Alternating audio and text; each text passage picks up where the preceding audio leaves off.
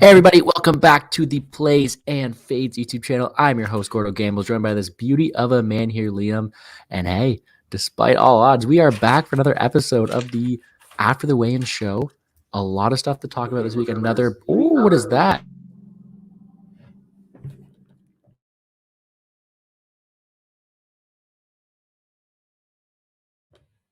My end or yours, buddy?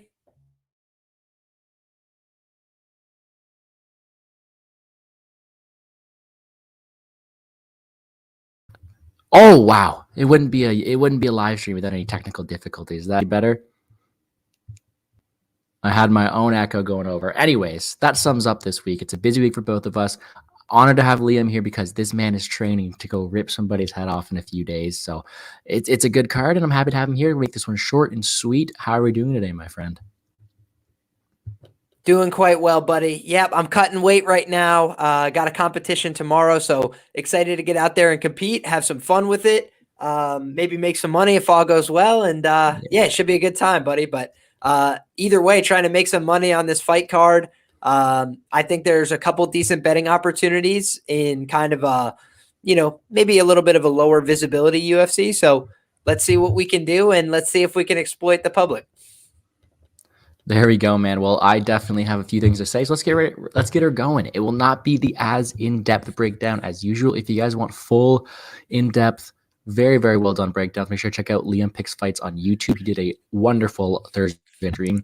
I'll be going over just my personal opinions. Liam will share his, and then also our DFS picks as well. Well, I know you have some DFS picks too. But anyways, first fight of the night: Luana Pinheiro 9-1 versus Sam Hughes 5-3. Luana Pinheiro will forever be known in my books as, I'm not going to call her an actress, but the one who embellished the upkick lost Randa Marcos. I did have a bet on Randa Marcos. I don't know why. I did. Pinheiro's pretty simple. She is a killer in those first round and a bit. She gasses out pretty heavy. She's sitting at a hefty price tag. When it comes down to skill, I do think she's the more skilled fighter than Sam Hughes. However, the more this price tag ticks up, I think that Hughes round 3, Hughes late round by decision or something is definitely a live possibility, just because we don't know how good Pinheiro's gas tank is. We don't know where she is all around. Sam Hughes is taking this at very short notice, so this is a spot where I do think Pinheiro does have a lot of advantages in, but at -450, I can't pull the trigger on it. How about you? How are you targeting this one? Yeah, so I don't have a massive investment in this fight either way. I do think it's very likely that Sam Hughes is going to have a tough first round here. She's getting taken down pretty routinely by Loma Lookboonmee, which I think is a cause for concern a little bit. However, just to echo the points you mentioned, Pinheiro kind of has questionable cardio, a lot of first round finishes. Will be interesting to see what she looks like in an extended fight. Sam Hughes, on the other hand, actually won the third round against Loma Lookboonmee, has shown some cardio promise. She's decent with her hands. I think that she has pretty decent range tools. There's nothing sophisticated about her game, but, it's pretty meat and potatoes and fairly effective for the women's side of things. Hasn't had much success in the UFC, kind of been a lamb to slaughter in some of these opportunities. Seems like a more winnable fight for her here. And I will credit her toughness. She's had opportunities to get out of there in some of these fights and not always taking the easy way out. Loma was beating her up to the body, and she stuck through it and was able to find her own opportunities late in the fight. So, I have about a half unit shot here on Sam Hughes on the money line at +350. Or maybe even slightly above. I forget what number I got. And then I have +1,000 Hughes inside the distance for a small wager. Wow. And that's just because, I think that if Pinheiro is starting to shut down in terms of cardio along the way here, Sam Hughes, she can crack. Like, I do think she can hit decently hard by ladies' standards. And if Pinheiro is completely gassed, this is a potential finish opportunity for Sam Hughes. I didn't want to get too cute with it. She goes for takedowns too. So I think that later in the fight, Sam Hughes might be able to get her takedowns going. And, let's see how the grappling and the cardio hold up for Pinheiro in an extended fight. I think that could at least be interesting. But, it's also the kind of ticket that you're going to throw out more often than not.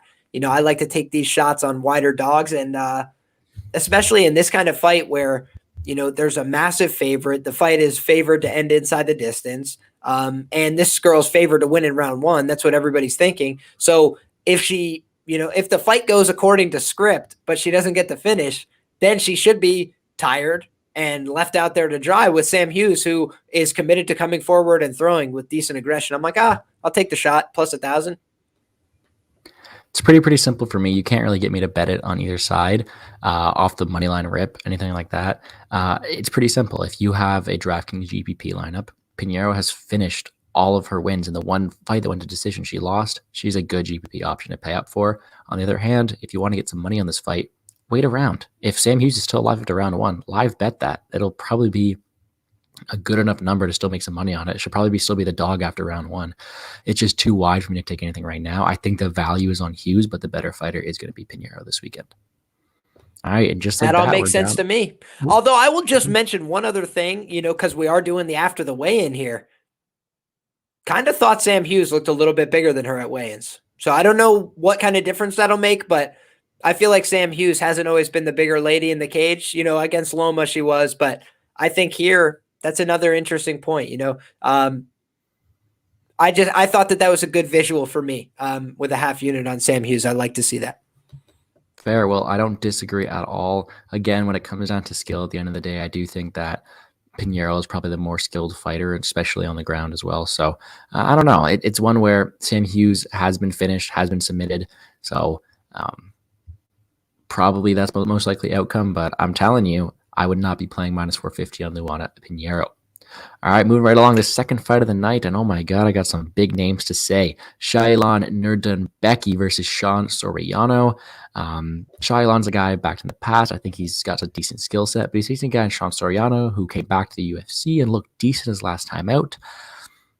I think Sean Soriano's going to have the edge here. I don't like his extended I don't know, what is he, minus 225 now? I don't like that price tag. Another fight, staying off of it. We're playing it safe this time. I don't have minus 225. He's minus 280, brother. Is he? I got to refresh my best fight odds, man. Oh, wow. He really is. See, that's even worse. It's one of these spots where even at that, he was, oh my God. Yeah, minus 250. There's the best available price tag. It's a really, really steep price tag, and it's not one I want to get on board. How are you seeing this one? Yeah, so I would never bet Sean Soriano at chalk.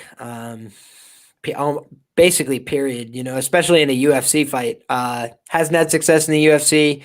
Has had some competitive fights, but I feel like there's almost a pathology to some of his losses. He loses by second round submission.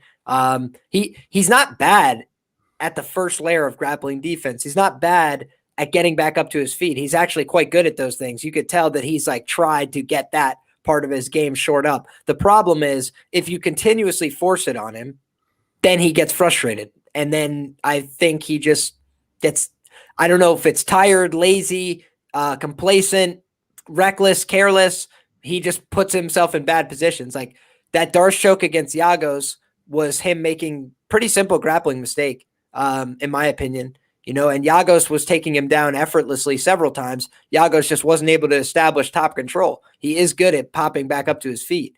But I think that, Shailan is probably going to be pretty committed, pretty insistent to trying to force this fight to the ground.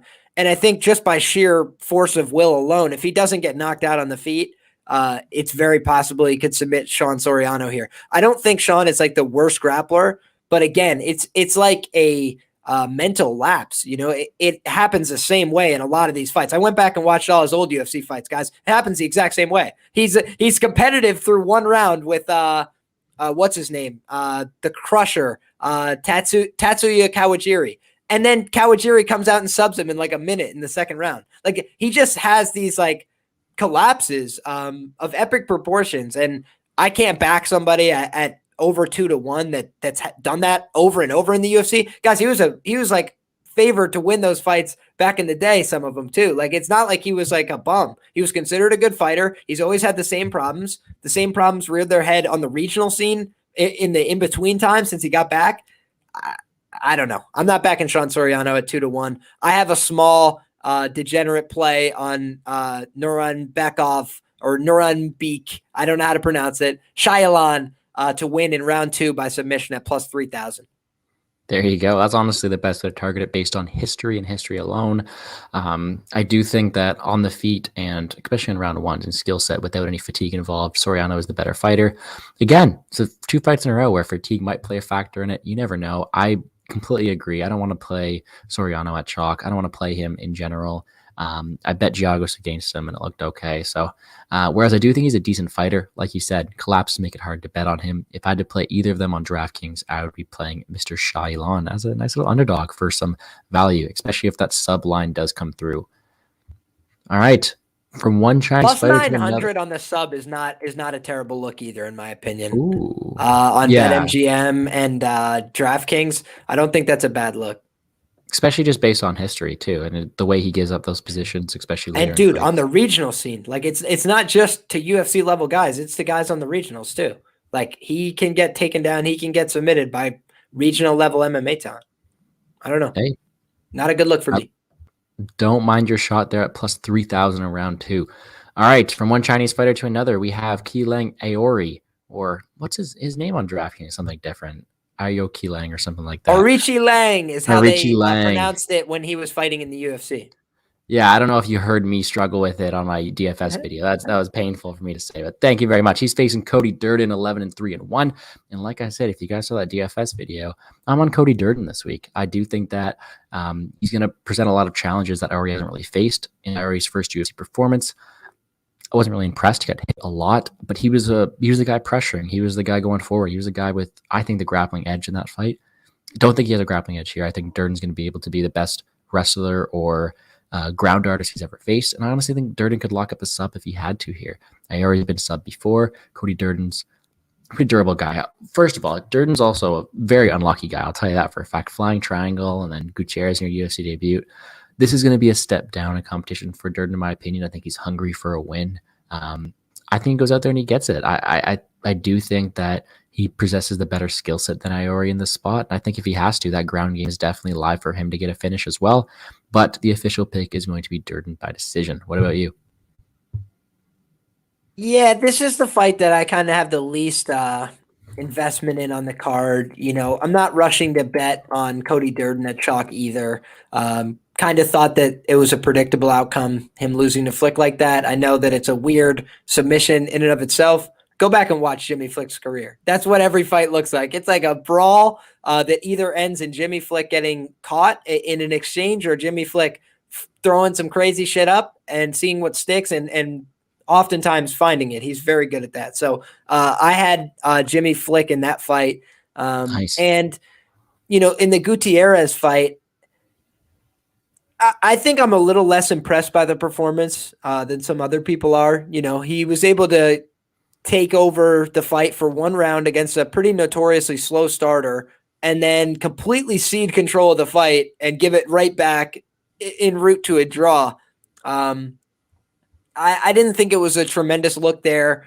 I thought he kind of gassed himself trying to grapple in that spot. His submissions did not look very effective in that spot. Granted, Gutierrez has pretty patient defense, you know, often to a fault. Like he'll just wait and like cover and use disciplined hand position. But I think overall, Cody Durden, for me, is a good fighter. But, you know, I think his fight IQ, I think his cardio, those are some question marks for me going into the fight that would make me not want to pay the chalk price on him. And on the other side, you know, again, it's just was I impressed by the Molina fight? Yes. Is it a very limited piece of data in a career that otherwise doesn't really have a lot of relevant data points? Yeah, it kind of is. So I think that I don't know, man. I don't know. It's a tricky fight to me. I would probably lean dog or pass. Fair. Well, I have no bet yet. I do not want to bet Durden at chalk, but I do think he wins this fight.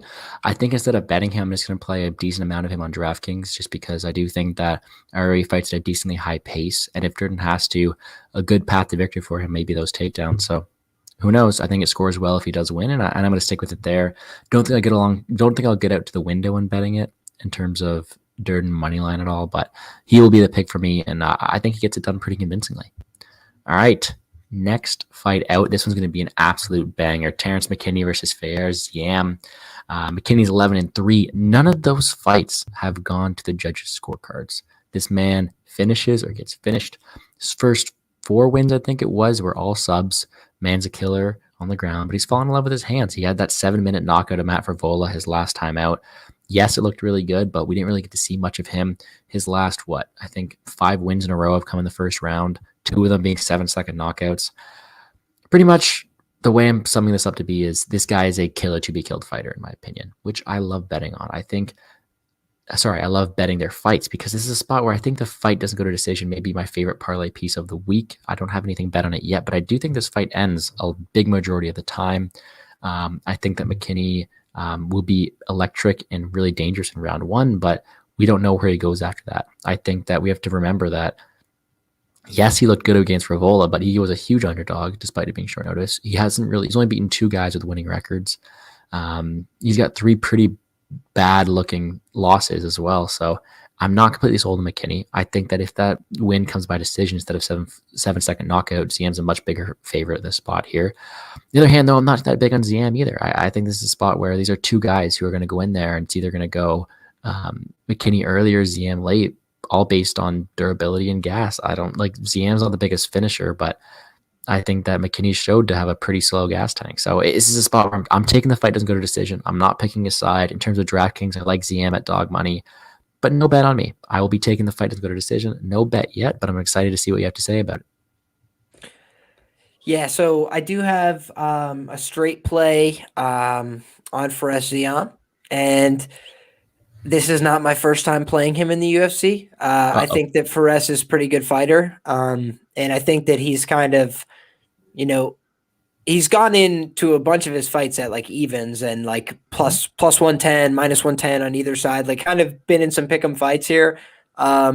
He snuck one out over Jamie Malarkey in a fight that a lot of people thought that Malarkey won, but he sneaks one out there over a pretty, committed wrestle grappling threat, which is pretty impressive in my view. And then on top of that, we see his next time out, Luigi Vendramini, he's putting on a clinic and then kind of gets caught a little bit down the stretch in a fight where he was, 2018 leading.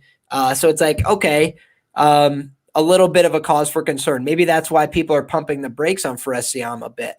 But I think that, Fares has actually put together the more credible resume to this point, on a couple different levels. Terrence, a lot of fast knockouts, a lot of fast finishes. You mentioned that he had a bunch of early career submissions, over 2-5 Armando Best, 2-6 Armando Best. He's the same guy twice. Armbar over 5-3-1 Tyrone Henderson.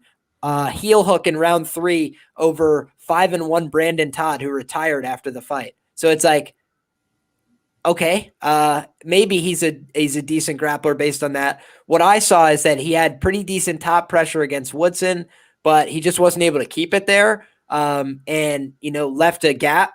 Woodson doesn't really finish people. I know he finished Colin Anglin, who probably wasn't quite UFC ready either. And that one cost me a small chunk of change. But I'll just say this, man.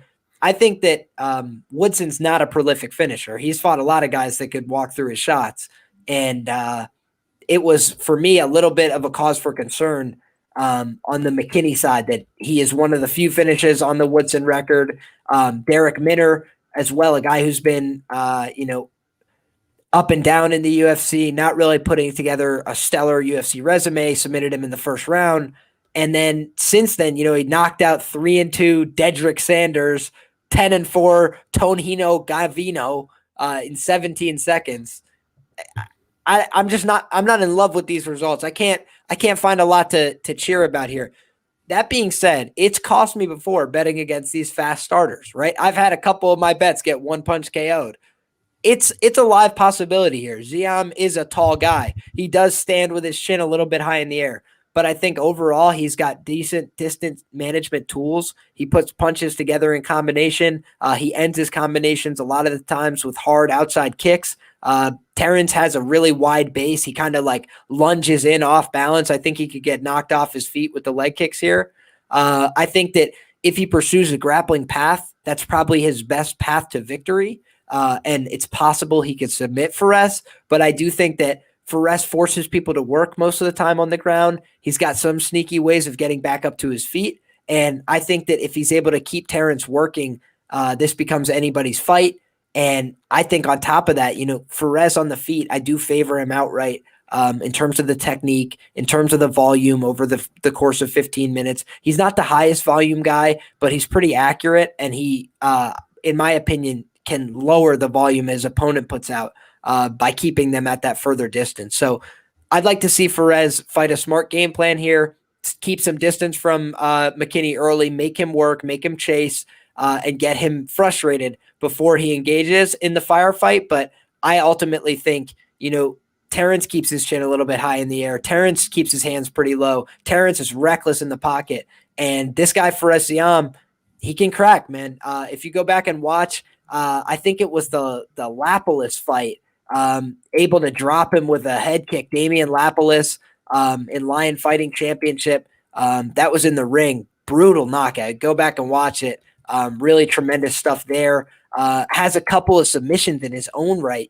Terrence McKinney kind of dives, lunges in on those takedown attempts. It's very possible he could get them here, but he also might be putting himself in just a little bit of danger. Fares Ziam, I just think he's got a little bit of skills everywhere. So I'm going to be playing Ziam. I'm going to be playing Ziam inside the distance. I have a parlay, including this fight, not to go the distance. But yeah, Ziam is one of my more confident plays of the card. That might end up biting me, but I think that he has better skills, better resume right now. And I think that he's a little bit more of a proven commodity. I like the price that I'm getting. And I think that if he gets to that underdog tag, potentially I'll add a little bit more.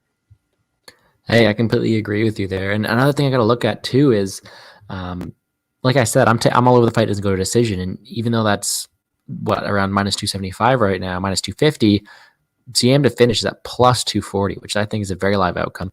Even at that, a spot I might sprinkle maybe Ziam in round 3 plus 2,000, just because we don't really like gas tank legs. A lot of possibilities. A fight I'm really looking forward to. I think it's going to be a banger.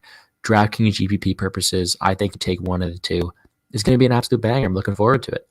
And just like that, we're 20 minutes in. So I'm going to keep flying through these. Luckily for you, this is one where I want no part of it. Luma Lakbumi versus Lupita Godinez. Godinez breaking records, third fight in like 34 days. She's an absolute killer. Got some Canadian in her as well, so I got to cheer for her here. She's facing a girl, Loma, who's a stocky, tough, great in the clinch.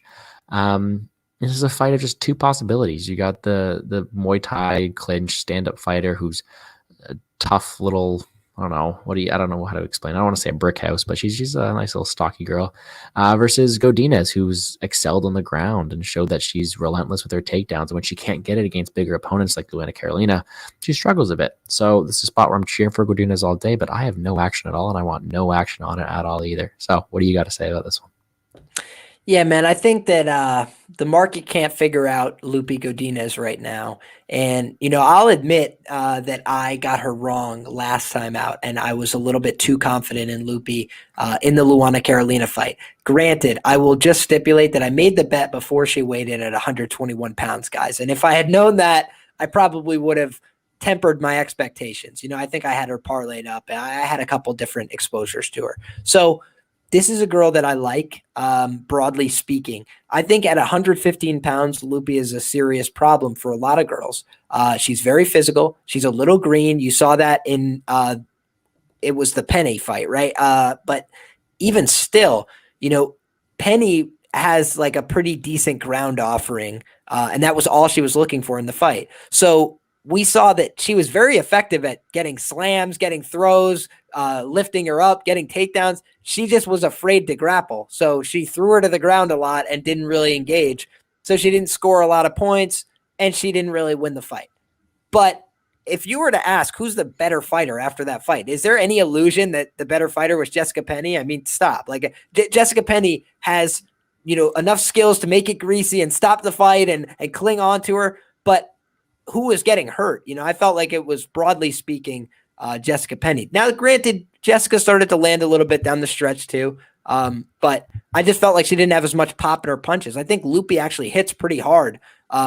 She was billed as a boxer in a lot of her earlier fights, and I think that go back and watch the Vanessa Demopoulos fight. Granted, Vanessa's pretty hittable, but she boxed her up badly and like crushed her face and like really hurt her in that fight over the course of the fight. So I think that, Lupi, she kind of was put in a position to fail last time. She had a big, long-legged grappler, and she also put herself in a position to fail. She kept going for body locks.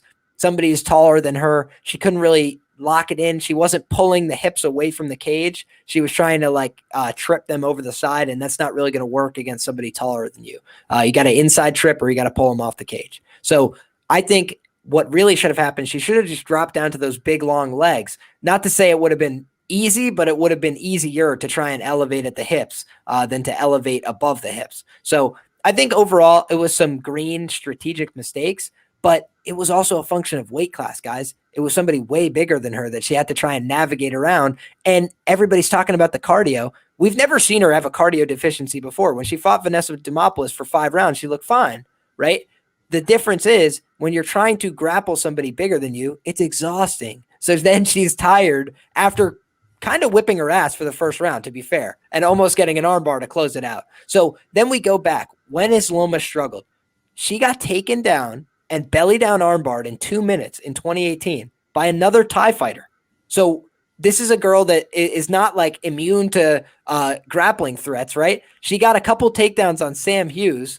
I don't think that means she's like a great wrestler or grappler now. Kind of like Lupi against Penne. She did not want to engage in the grappling. Who's the more willing grappler in this fight? It's obviously going to be Lupi. And then on top of that, I think she's the better wrestler. I think she's going to be bigger and more physically intimidating. Loma does have some skills in the clinch.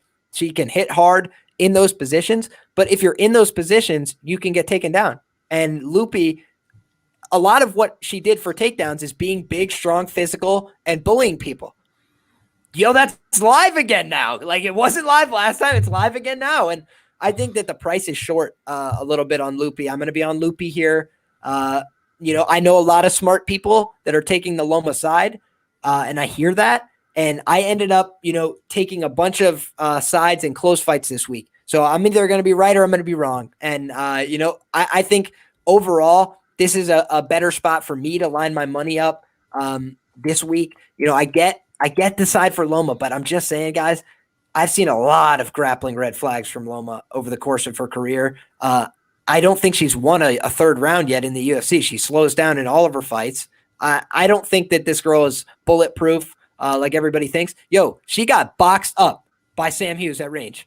Stop it, guys. In the third round, that's a fact. So I think that her striking is a little overrated as well. She is a good striker with good techniques, but she's so undersized that she can get hit when she's out of range. She can get touched on the chin. She doesn't have the greatest hand position. So I think overall, she's got a good push kick. She's got good low kicks. She's got a good clinch game. But I don't know if that's going to be enough here. I think a smart game plan would be investing in the low kicks early, often, and trying to run away from this girl and try and get her tired. Stay up against the fence and don't get taken down. I think overall that's harder said than done. And I think Lupi, this could look a lot like the Silvana Juarez fight. And I do credit Loma as being a better fighter, but I think that Lupi, when she can get somebody to the ground, has a system for advancing to that position. And that belly down armbar, I've seen the exact same transition that finished Silvana Juarez finish Loma in 2018. I'm just saying it's I have money on Lupi. I have money on Lupi round 1. I have money on Lupi sub. I have money on Lupi sub 1 and Lupi inside the distance. Yeah, that's what I was going to say. It's plus 450 for Lupi to win inside the distance. That's worth a shot in my opinion. But on the other side, I get your spot. I like it a lot. It's a spot where I'm just going to sit back and watch. I think that I don't have the best read on Godinez, and rightfully so. Or 2 fights have been or 3 fights in the UFC have been all over the place, and now she's coming in here against an opponent who I think I give more credit than I should to. So I think I'm just gonna sit this one back, cheer for the Canadian or half Canadian or whatever she is, and hope she goes out there and gets it done. Hope you cash in your spots. Dude, the last thing I want to add, not to belabor this point, is just that her sisters are like U23 members of the Canadian women's wrestling team, guys. It's like her training partners for this fight are her sisters that wrestle. like Alexa Grasso. Like she trains with quality people. She goes back and forth between a gym in Mexico and her home in Canada. I think that this girl Lupi is very serious about her career. Her activity for me isn't a red flag. I think it's like her being all in, and she needs experience right now. That's really what she needs. She's got some raw skills. I think she needs experience. And then after this fight, I'd like to see her take a little bit of time to work on skills based on all the things she's learned this year. But I think she's kind of putting herself in a prime position to make some money, to get a winnable opportunity. I also think the UFC is giving her a winnable opportunity for biting the bullet for them a few times. And let's see. I'm interested to find out. Fair. All right. Well, appreciate your breakdown there. Let's move right along to Rafa Garcia, 12-2, Nathan Levy, 6-0. This is a spot where I think if I would have done my tape earlier and would have gotten Rafa Garcia at plus money, I would have done it. I think that the recency bias here is huge.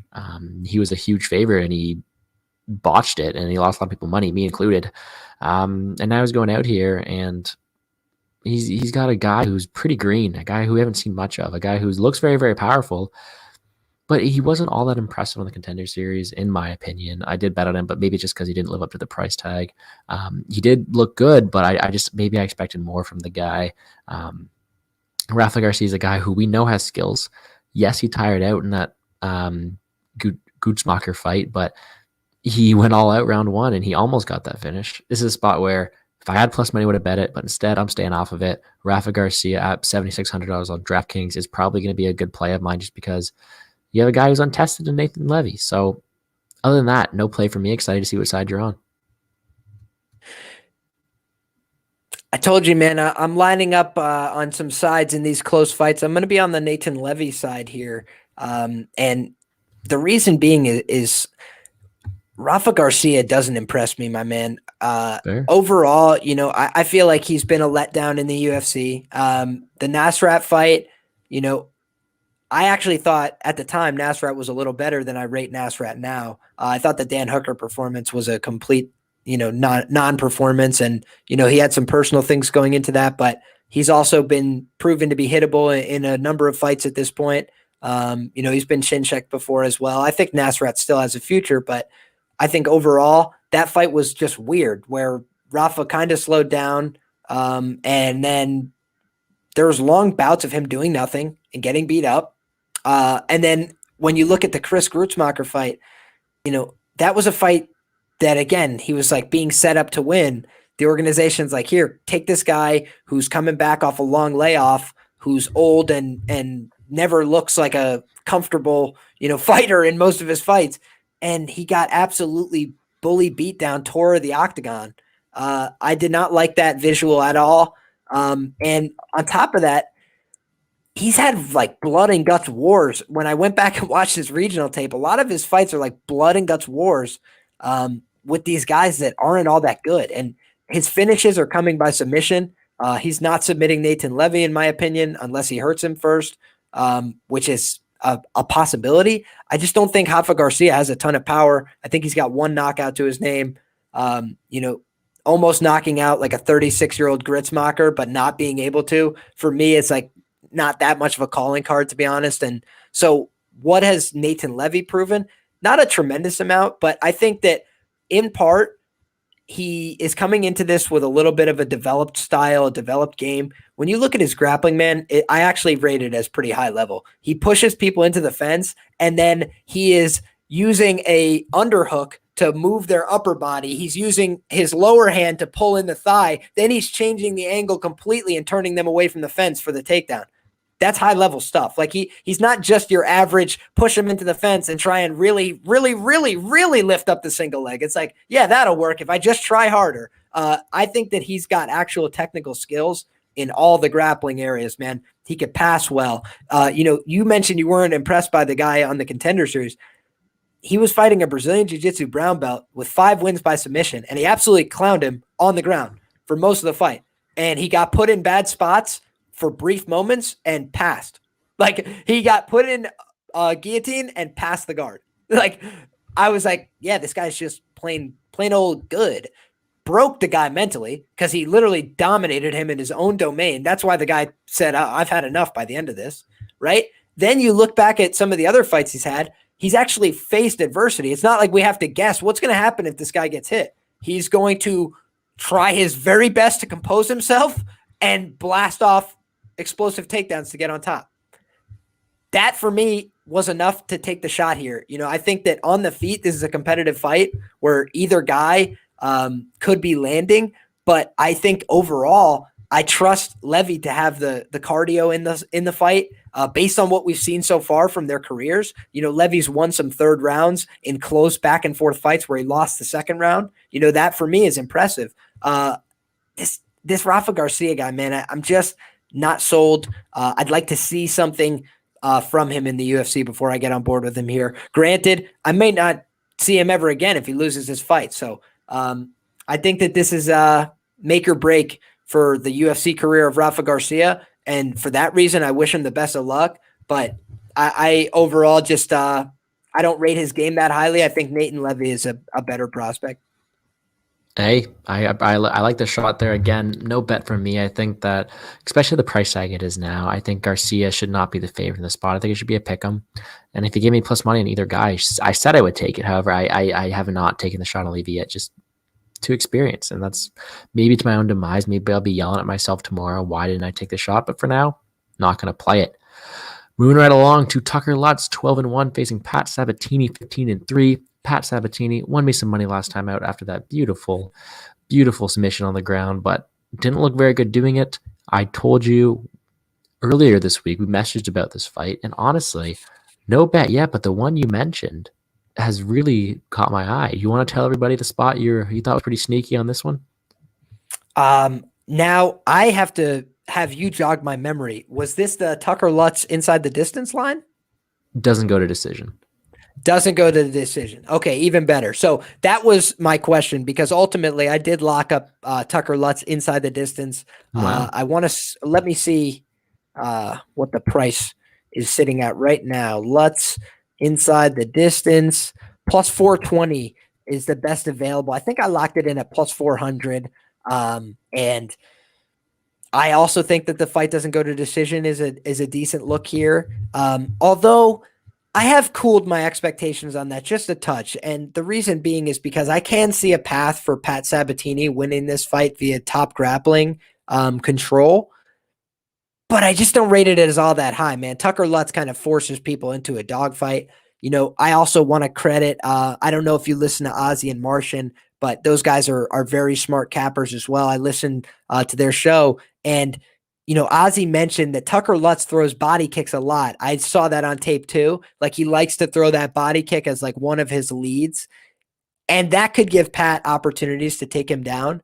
And I do think that was an interesting point I hadn't fully thought of. So wanted to give that credit there. Outside of that, though, I do think Tucker Lutz, he's got a pretty good sprawl and brawl game. He's got good kickboxing, mixes it up, attacks multiple levels of the body. I think he's kind of got underrated power because he's been fighting very composed. He had 3 really important fights for his career: the Contender Series, and his UFC debut. So he fought conservatively in all of them.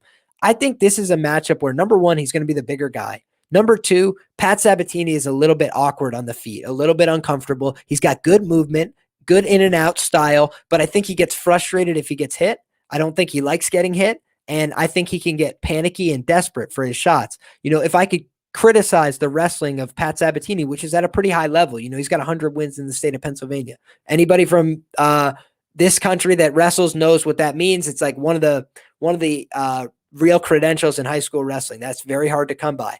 And I think he was the first guy ever from his school. So they say it's not the person, it's the program. F all that. It's the person now. Pat Sabatini's coming through. But I think overall, man, Pat Sabatini's got a path to win this fight. He can win it by submission. He could win this fight by decision. I don't think he could finish Tucker Lutz on the feet. I think the guy's too damn tough. I think he's got a brick for a head. And I think on top of that, Tucker Lutz has the upside on the feet. I think he will win the vast majority of exchanges here. I think he can knock out Pat Sabatini, who got hurt badly by Jamal Emmers. I think that the fight IQ of Tucker Lutz is much higher than Jamal Emmers. I don't think he's going to follow Pat to the ground. I think he's going to try and shove Pat's head to the ground if he shoots. I think he's going to try and shove him in a guillotine if Pat gets desperate and tired at the end. And so, I will say I noticed it. They opened the line at plus 2,500 on Lutz by submission at Bet Online, and it got bet down to plus 2,000. I wonder what it's sitting at right now. Lutz by submission, yeah, plus 2,000, best market available. Lutz by KO plus 500 is the best available. So I think that the inside the distance is probably your best bet because it covers both of those. And it's still a pretty dang good price, very close to that knockout prop. But I'm telling you, this guy, Tucker Lutz, has, Chael Sonnen says this. I like to borrow it from time to time. He's not a black belt, but he has black belt positions. And I think that he has a black belt guillotine. I think that he could shut somebody off with that.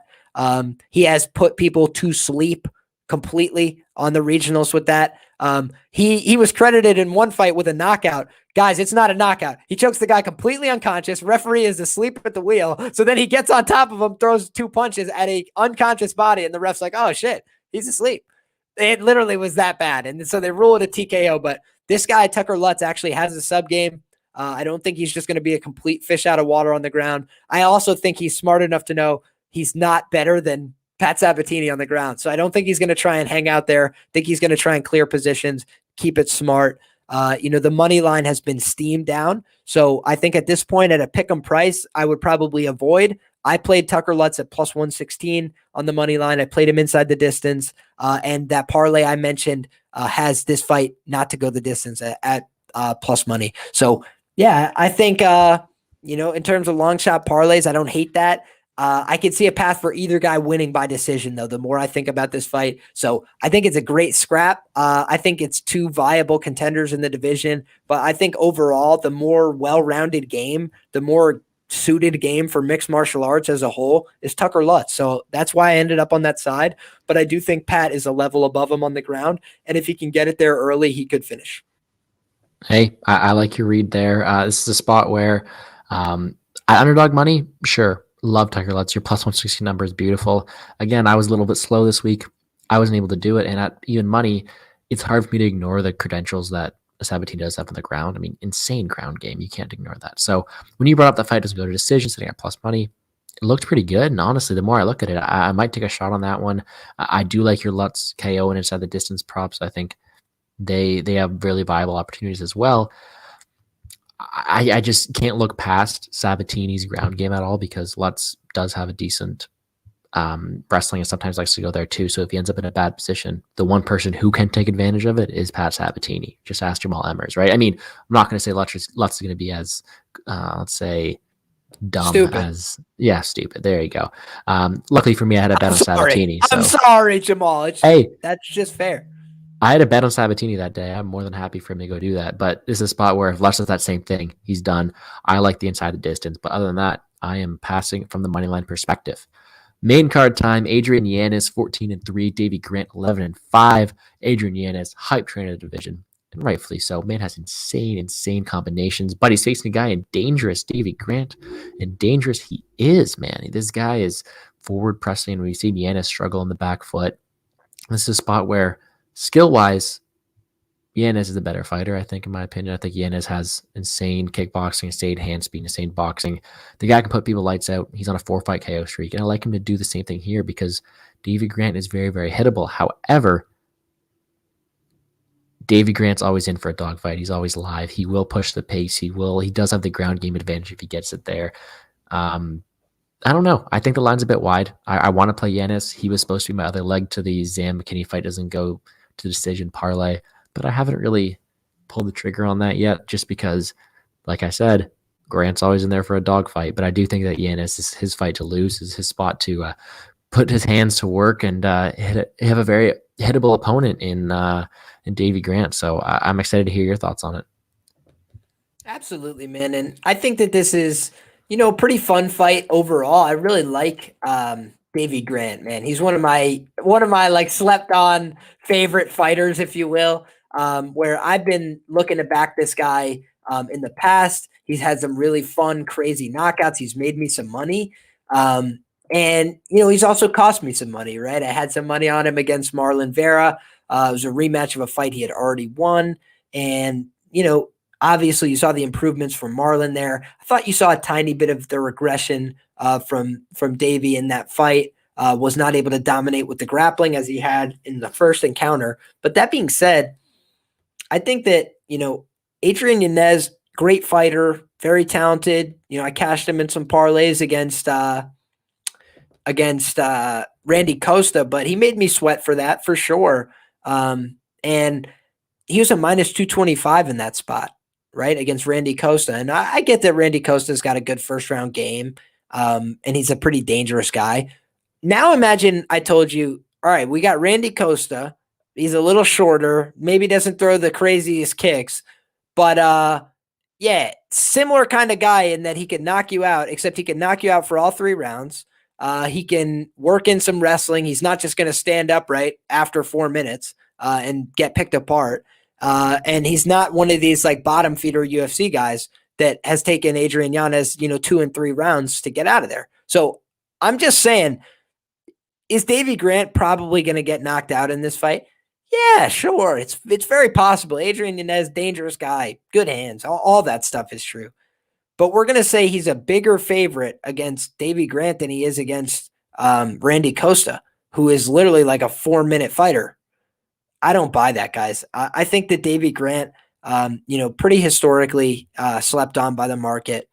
I think he's kind of proven that his recoverability is not bad. Even when he gets hurt, he recovers a lot of the time. Granted, there's an accumulation of damage starting to mount a little bit for Davey Grant. That's the real concern here. But he dishes it out too. Marlon Vera did not come out of that fight clean for the wear when he fought Davey Grant, and there were some slippery moments. Davey was able to get some grappling going there. And, Marlon's like a legit top 15 guy with like pretty credentialed wins at this point and who competed neck and neck with Jose Aldo. It's like, yeah, Davey Grant, I don't care that he got dropped by Martin Day 3 fights ago.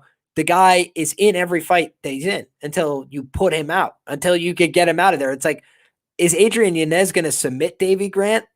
I'm not sold on that. And that's how you've historically had to get Davey out of there.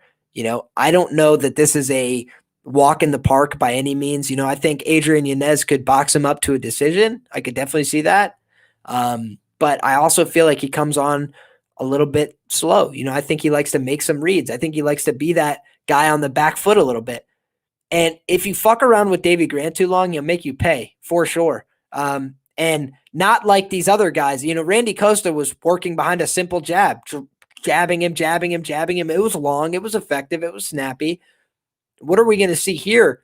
Who effing knows? Davey Grant will throw a random spin kick. Davey Grant will throw 2 wild hooks while he's leaned half backwards, but they hit you on the chin and you get knocked out. Like he's probably on crazy steroids, and that God bless him for it. He hits like a effing truck, and he's a really fun fighter. And nobody gave him a chance against Jonathan Martinez. It reminds me a lot of this fight, where Adrian Yanez, Jonathan Martinez, both guys, fast hands, fun fighters, exciting, so putting some wins together in the lower end of the division, and they're going to fight Davey Grant. They come in as a massive favorite. And what happened? So I'm just saying Adrian Yanez is, to me, a better prospect overall. I think he is going to win this fight. And I think it's very possible he becomes the first guy to TKO my man Davey Grant. Davey likes to hang out in the pocket sometimes. I think that he is a little counterable for that reason. But Davey extends combinations, guys. He will get hit and continue the counter. He's like, I don't give a shit. And he's the bigger guy. That was the thing that stood out to me when I watched these guys weigh in next to each other.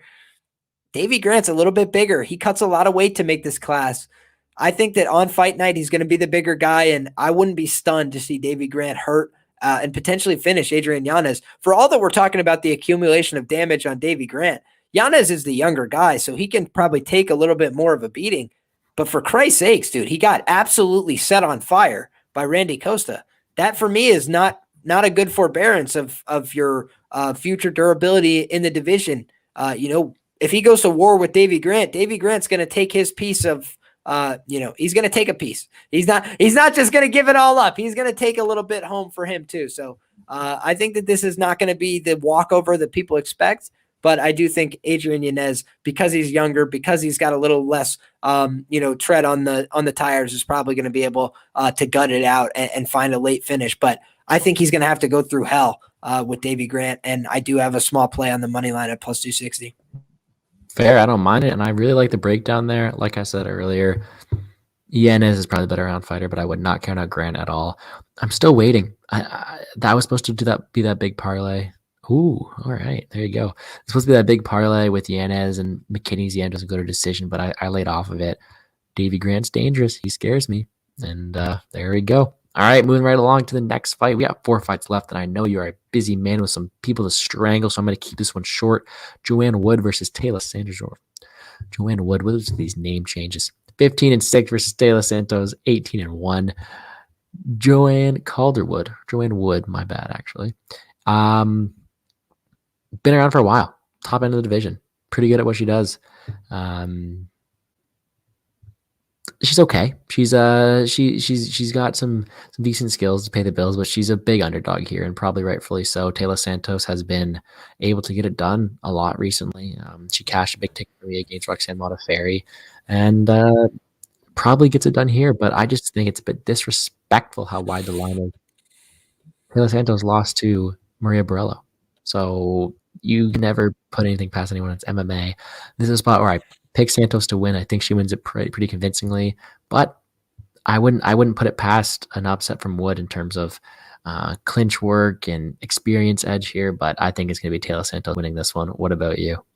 I think that this fight gets a little bit more compelling to me after seeing the weigh-in, man. I kind of thought that JoJo was going to be way smaller than her because she's coming up from 115.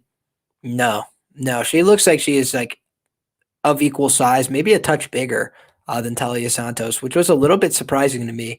They're billed at the same height, and it did not look the case on stage. Perhaps I missed shoes or something that would have been throwing that off, but it looked like Joanne Wood was a little bit bigger. The reach slightly favors her opponent, Talia Santos here, but I don't think Santos has a tremendous advantage on the feet. I think she might have a little bit of an edge in power, but I think the volume of Joanne is going to be, more significant.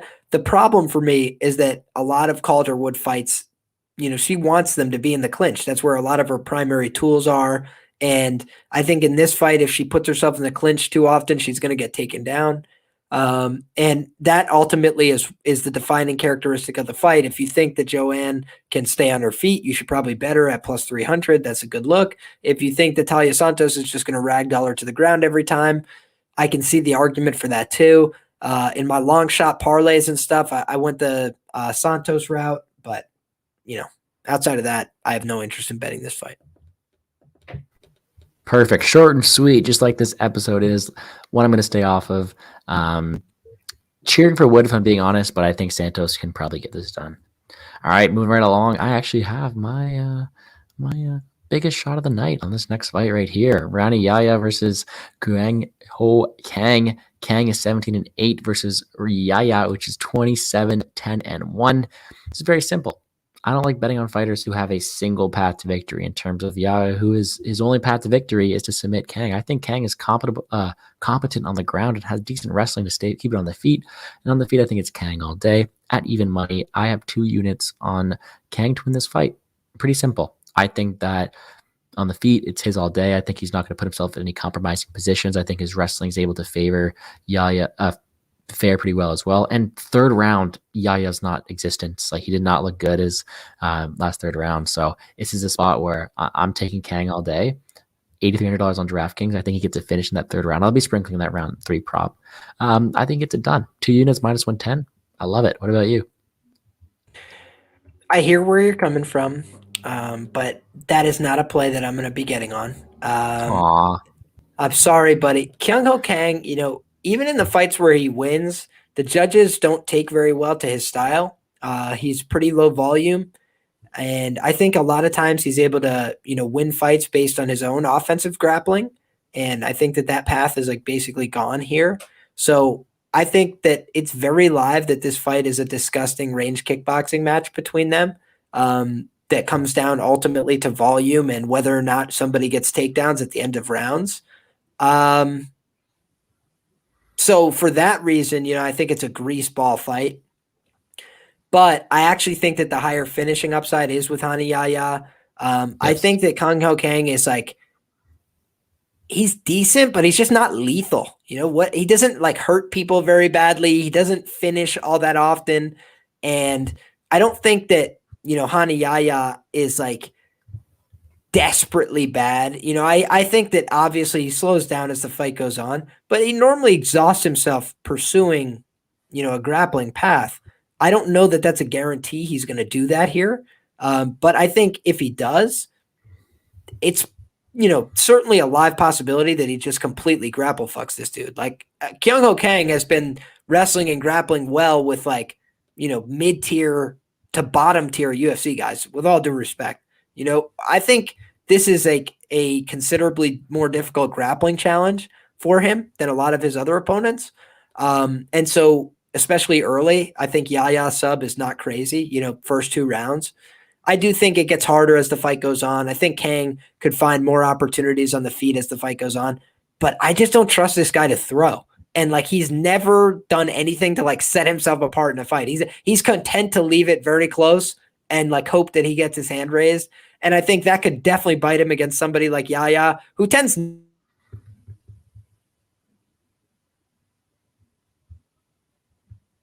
Uh-oh. Is that my end? with. Oh, sorry about that, buddy. Can you hear me? You're good. You're good. Yeah, you're all good. You got to think about some of the guys he's been able to do this to. Luke Sanders, who I think has retired since, but frankly, like a lot of people were high on Luke Sanders. I think that that was another pick'em type fight where people thought, hey, this guy, he's going to keep it on the feet. He's going to knock him out. Then you look at the Russell Doan fight. That's a give me in 2018. Henry Briones, that's kind of a give me. Ricky Simone, terrible style matchup for Hanayaya. It's like, what the hell was he supposed to do to that guy? And then Enrique Barzola, he gets a majority draw, and Enrique's not a bad fighter. So I'm like, I don't know. That just strikes me as a little bit more impressive. Kyung Ho Kang, look at his recent level of competition. Pingwang Lee, who is that? Who is that? I watch the UFC every week. I've never heard of this guy. Brandon Davis wins by split decision over Brandon Davis, who got viciously finished in his return to the UFC. Never fared well in the UFC at all. Unfortunately, and I bet on Brandon in his last fight, and it looked terrible. Teruto Ishihara, not good, and got cut shortly thereafter. Lost to Ricardo Ramos split decision. Ricardo Ramos, who's the king of losing split decisions now. It's like, I don't know about this guy. Submitted Guido Canetti. Okay. Submitted the kickboxer from Argentina. All right. I don't know that this guy is actually the goods on the ground, man. And I think that if there's anybody in the division to let us find out, Hanayaya.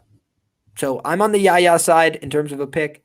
And I think that Hanayaya by sub or decision, not the worst look in the world on this fight. Although it was like the same price basically as Yaya money line, because that's how he wins the fight. Sub or decision.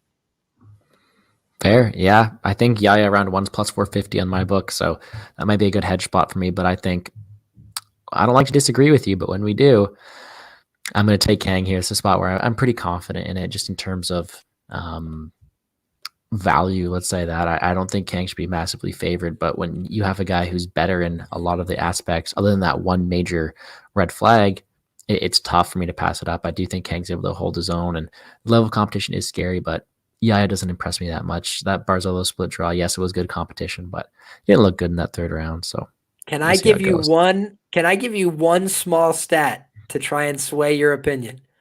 Yes, sir. Just a touch. Hanayaya, 1.5 significant strikes more than his opponents when they are at distance, compared to 1.1 for Kyung Ho Kang. Kyung Ho Kang literally throws like 1 for 1 with everybody. Whereas Hanayaya, even though he throws awkward, ugly, sloppy shit, he throws just a little bit more than these guys. I think that might make the difference. But we'll have to see, man. This is a close fight. And again, this is not one I bet on the money line. But when I started looking at these fights, I wanted to target some of the closer matchups, see if I could get, my picks across the line here. And when I looked at this matchup before, I thought it was Hanayaya. I didn't want to, overdo it, overthink it. So I again went with Hanayaya on this second iteration of the breakdown. But I had a bet on him straight last time after the COVID test. Axe that. Fair. All right. I'm not going to debate it with you anymore. Good luck to you on your plays. I will be high on Kang, and hopefully it doesn't come back to haunt me. At least it's not Who was it? Late I line forget it. movement suggests you're right. So I'll just say that. Late line movement suggests you're right. More money's coming in on King. Let's hope it is. But the co-main event is the one that I am most excited for of the entire night. Michael Chiesa versus Sean Brady. Michael Chiesa just went out there and lost me a bit of dough. I bet on him against Luque. Bad bet. That's okay. He got caught. Sean Brady, 14-0. He's been my cash cow in the UFC. This guy's made me some good money. But that's okay. He's 14-0 and he's pretty green. And this is a spot where it's up and coming prospect versus a guy who's been in the division for a long time. And okay, it looks good. And then the more you think about it is, okay, how does Chiesa win fights? He grapples them, he wrestles them, he lays on Neil Magny for 5 rounds and scores well on DraftKings. Or he usually gets submitted. How many of his losses by submission? 4 to 5? Okay. Is he going to be able to control Brady? Maybe. We don't know yet. Brady's been relatively untested. But when it comes to grappling, I think that Brady's really well versed on the ground. I don't think he's to be subbed at all. I think he has a better sub chance than Chiesa does. And on the feet, I like Brady as well. So this is a spot where I think I'm going to pick Brady. I know I'm going to pick Brady. I've already picked Brady. The only way I see Chiesa winning this fight is if he just wrestles with Brady the whole 3 rounds, and I don't see that happening at a very high clip. So I took it. I took my shot at Sean Brady, 2 units, minus 160, parlayed with my football team. What do we do every weekend, Liam? One of my favorite UFC picks, one of my favorite NFL picks. Put them together. There we go.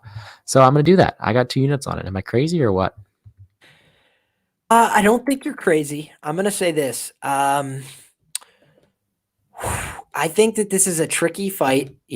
I'm seeing a wide array of prices. You can get Sean Brady anything from minus 155 to minus 200 right now on the money line. So the market's all over the place on this fight. I think there's a lot of people making, a credible case for Michael Chiesa as an underdog. Just like you said, you bet on him last time as an underdog. Michael Chiesa with that plus money by his name will turn some heads, right? He's won a lot of fights in the UFC. He submitted some good guys in the UFC. To be fair, Beneil Dariush comes to mind. Right. So this guy has some plus level skills, but I think his run at welterweight is a little fraudulent. And, I kind of felt that way going into the Vicente fight. People that I respect had me scared, right? A lot of people I respected were all over Chiesa as a dog. So I don't even know that I made it to the window with anything more than a unit on Vicente Luque. And I don't even think I got it tracked. So this was a fight for me where I've been cashing both of these guys. Tickets for and against, obviously not against Sean Brady. No one's been able to do that yet. But I've been cashing tickets for and against Michael Chiesa. I cashed a really big bet on Brady against Jake Matthews. So this is a guy I like stylistically, and kind of this strikes me as a matchup similar to the Matthews matchup, except with a tougher grappler. So I don't think this is going to be a walkover by any means for Sean Brady. I think he's going to have to earn this fight. But Michael Chiesa, in my opinion, is more prone to making mistakes. I think, in my opinion, Michael Chiesa leaves his head and neck out there in the grappling. And this guy, Sean Brady, has a wicked tight guillotine choke, guys. And when it comes to evaluating moves and grappling, they go to the ground, they're doing leg locks. Hey, I love it. I love watching. I know how to do some of them too. It's not foreign to me. That's not going to get me out of my chair. When somebody is hitting perfect guillotines, I'm like, oh, I like this guy. I want to see what he's doing. When a big Irish tough bastard from Philly is hitting these guillotine chokes, I'm like, so Sean Brady to me is going to win this fight more often than he's not going to win the fight. I do think he's the better talent in the 170-pound division. I think that Michael Chiesa is, probably a little bit towards the way out on his career at this point, already onto his second weight class, takes a loss to probably a top 5-ish contender in the weight. I love Vicente Luque, but he's kind of like a fringe-ish guy in that title picture. And Chiesa got dispatched by him in the first round. So it's like his path back to the title is going to have to go through tough prospect after tough prospect like Sean Brady. So if Chiesa's up for that task, maybe we see a renewed effort or renewed performance. But I think a lot of his game relies on upper body takedowns. I think that's going to be super hard against somebody short, stout, built like a house in their chest. I think that this guy is just a really bad style matchup. and I think he's better on the feet. I think he's comparable, if not better, on the ground. I like Sean Brady. You are muted, my friend. Yeah, I saw that. I was pretty good at that. I don't think I've ever done that before. Anyways, Sean Brady's my guy this week. I like him here. I just think that Chiesa's main path to victory is nullified. I think that if he wants to mess around on the ground, great guillotine, great submission game from Brady. I think he able to win it there as well. And on the feet, Chiesa's usually pretty lost. So I'm liking Brady here. I like him a lot. I beat line movement, got him at -160. He's now, well, I guess, well, my book, I beat line movement, but like you said, markets all over the place. But let's move right along. 105, an hour and 5 minutes in. One last fight, the main event. This is one where I want no part of this at all. I've been saying this a lot this night. This is a card where I'm really looking forward to it for entertaining purposes, but in terms of bets, I'm really confident. And I only have like 4 or 5. And this is a fight where I don't really want much of it either. Ketlin Vieira, 11-2. Miesha Tate, 19-7. I'll get it out of the way for you. Miesha Tate's come back after a 5-year layoff. Looked great, but against a 44-year-old who retired right after. Versus Ketlin Vieira, who was on a big rise to the top and then looked very bad her last time out, if I'm being completely honest. I bet on her last time out. Burned me a bit. Maybe I'm salty. Who knows? But she has skills. She's definitely a very good fighter. And Miesha Tate does as well. But there's so many unknowns, so many variables that I don't want any say in this one at all. What side are you leaning towards? Yeah, so ultimately, I had to end up on the Ketlin Vieira side here from an outright lean standpoint. And that's because I don't have much in terms of relevant data to go on for Miesha Tate. You know, she fights Marion Renault, and I wrote an article for Roto Grinders today previewing this matchup, so I won't belabor every point. You know, if you guys want my full thoughts, you can read it there. But one of the things I mentioned is they gave her a soft landing, right? And now they're saying, all right, you landed soft and you're back. You obviously still have something to offer. But now this is a case of, what do you have to offer?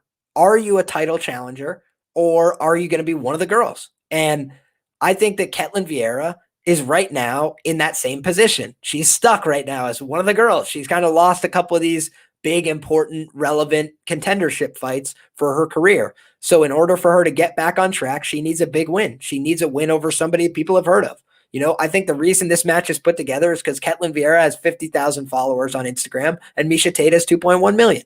So they want to get a big star out there with a fresher, young contender and find out what's what. If Miesha Tate really is what she says she is, and she's back and she's got all the skills and she's ready to go and she's not going to break and she's got this new determination and she's got a plan, okay, all that could very well be true. They gave her a winnable matchup here against Ketlin Vieira, who does tend to slow down as the fight goes on, and they said, let's see what makes of this.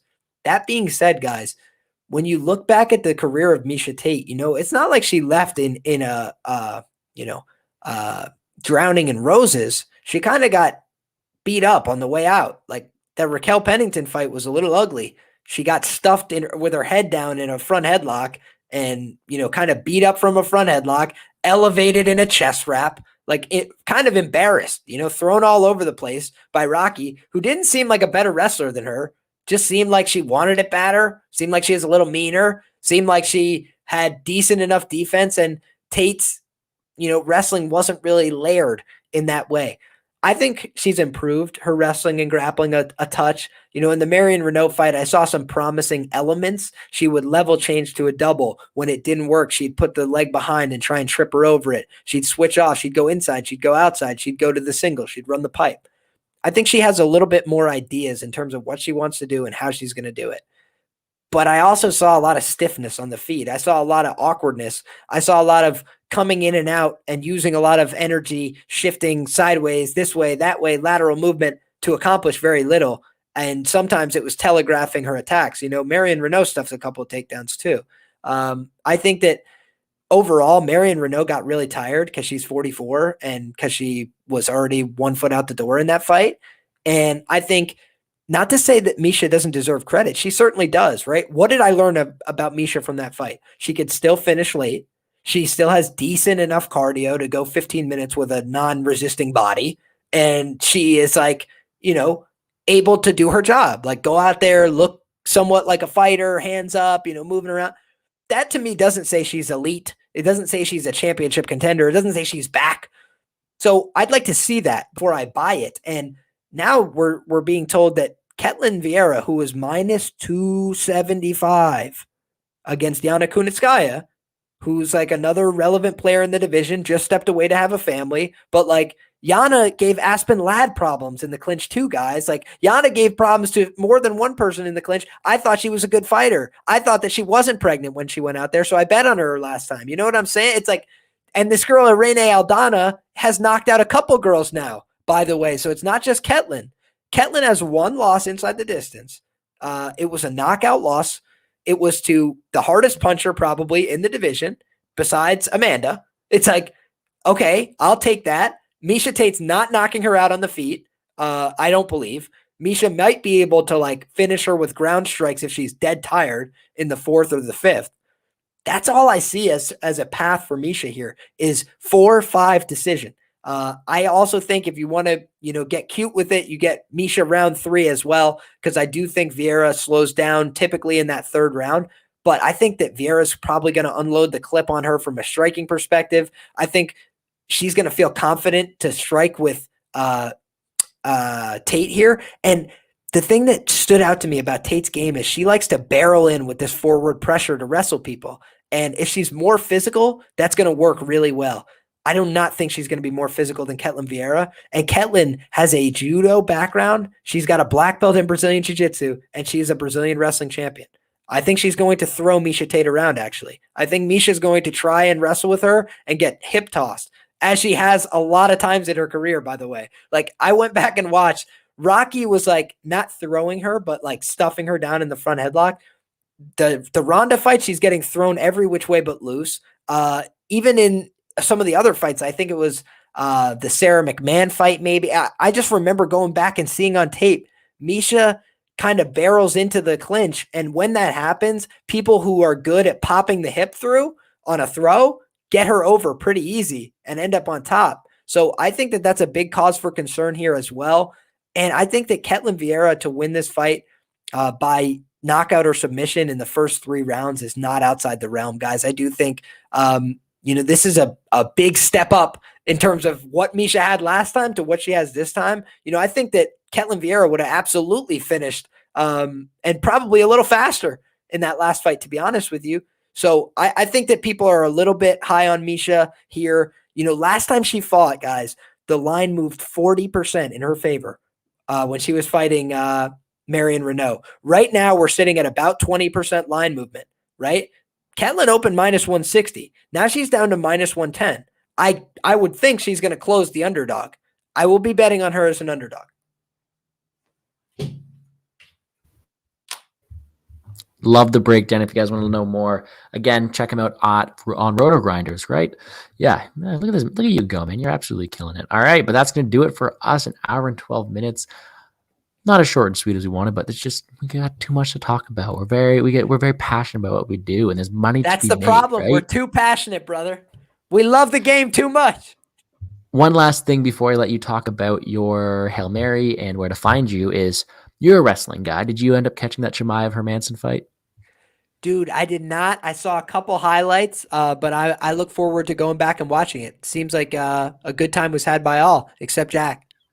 Hey, it was he held his own, but man, that Chimaev guy is scary. But anyways, let him know where to find you, and I know you got a couple bets you want to talk about, so let him know where to find you. Absolutely, my man. So I'm gonna fire off. I'll do 2 long shots that I've got for you guys. All right. Or you know what? We'll do 3. So we'll start at a reasonable one.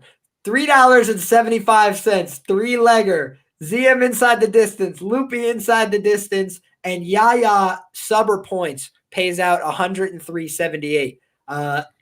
We could do a 6-legger at plus 23,000. ZM inside the distance, Loopy inside the distance, Levy, Brady, Yaya point sub, Tate round 4-5 decision. That's a long shot. That would return $1,000. Now, $2, 11-legger. This is our long shot of all long shots, and this is the last one I'll give you. The Soriano fight doesn't go the distance. Aori, Godinez, Levy, Lutz, Grant, Santos, Yaya, Brady, Vieira, $2 to win $3,000. All right, there you go, guys. If you want to hit the lottery, don't get a lottery ticket. Listen to Liam Picks Fights, guys. Big thanks to all you guys hanging out. Happy to have Liam on the show, helping people like my boy Frank, who's an absolute beauty. Thanks again for watching the show. Tate 4-5 decision on FanDuel is not bad, though, Frank. There you go. You heard it here first, guys. Thank you again for coming on the show. As always, it's been a great tradition to come on here every Friday. After the weigh-ins, get some good things going. I hope to repay you in the future with some more Contender Series streams. But no, that's going to do it for us. We got a week break after this, so December 4th. Hope to see you again. Maybe another special guest in there too. We don't know, but I'm really looking forward to the fights this weekend. And hey, that's not even the most important fight to you. So let them know where to find you, and good luck on your fights this weekend. Thank you very much, my brother. And yeah, I appreciate it. Everybody can find me at LiamPicksFights. You can find me on YouTube. You can find me Twitter and Instagram as well. If you want more information on that super fight that Gordo's talking about, it will be available on my Instagram. And then, I also tweet out a lot of information about combat sports, my official predictions, my official plays. It might be a little interrupted tomorrow because I got business to take care of, but I am very excited. I'm going to try and put out everything before I get to the event. And then I'm going to be 100% focused, dialed in, ready to get out there, compete, leave it all on the line. Hey, well, I appreciate it, and good luck to you. I know you're going to do absolutely great. You're a killer, not only to the bookies, but on the mat. So thank you, everybody, for tuning in. This has been the After Weigh-In shows on the Plays and Fades YouTube channel. For any more UFC questions, you can find me on Twitter at GamblesGordo. Let's make some money, guys. Thank you to all of you for hanging out with us this week, and let's do this thing. Adios, amigos.